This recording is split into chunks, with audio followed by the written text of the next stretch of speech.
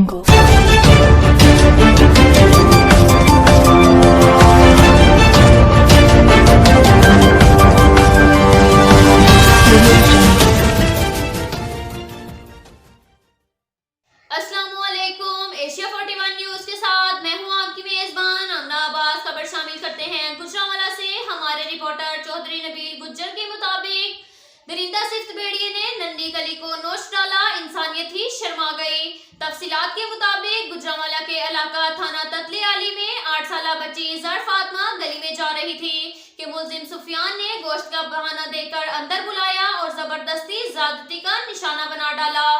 Police ने वालदा की मदयत में मुकदमा दर्ज कर लिया। बच्ची को अस्पताल मुंतकिल कर दिया गया। दरिंदा सिफ्त लानती मुलजिम मौका से फरार। बच्ची का मेडिकल करवाया जा रहा है, जल्द ही मुलजिम को गिरफ्तार कर लिया जाएगा। अब तक के लिए इतना ही काफी है। मिलते हैं